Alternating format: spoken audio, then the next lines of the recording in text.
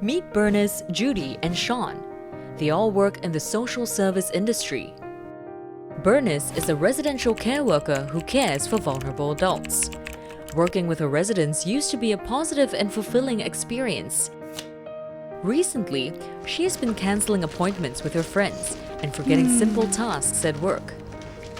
She was also starting to talk about quitting her job more frequently. Bernice was in fact experiencing symptoms of burnout. This is Judy.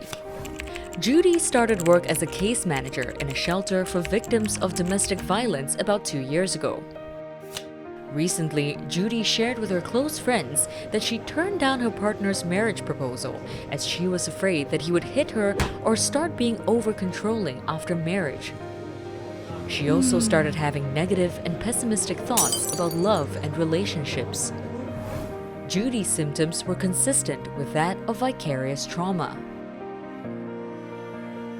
This is Sean. Part of Sean's job as a psychologist in the child welfare sector involves working with aggressive or suicidal clients. Sean has recently been having frequent nightmares about his clients and has difficulty sleeping. He has also been jumpy, easily startled, constantly on the lookout for signs of anger and aggression in others, and worries about being physically attacked by his clients. Sean's symptoms were similar to those of post-traumatic stress disorder, and he was experiencing secondary traumatic stress. How can helping professionals like Bernice, Judy, and Sean cope with burnout, vicarious trauma, and secondary traumatic stress?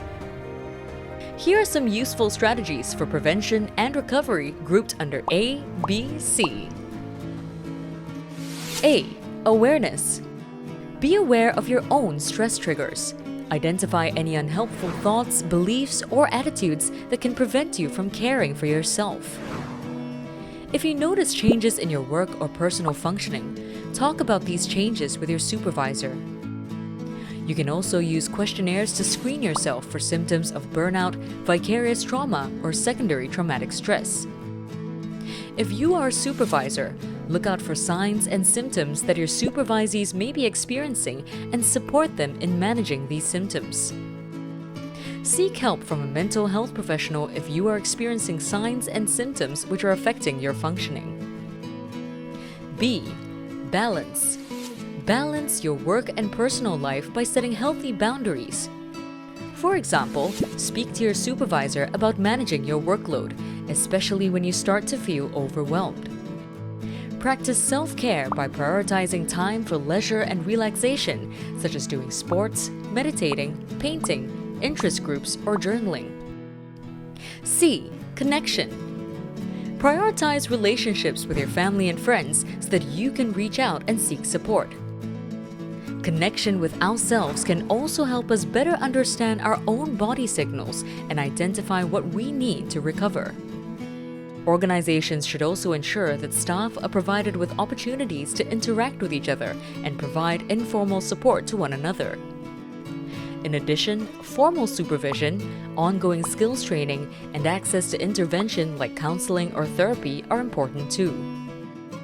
Burnout, vicarious trauma, and secondary traumatic stress can happen to anyone, especially those working in helping professions with people who have experienced trauma. Both organizations and individuals have a part to play in preventing and supporting one another through these experiences.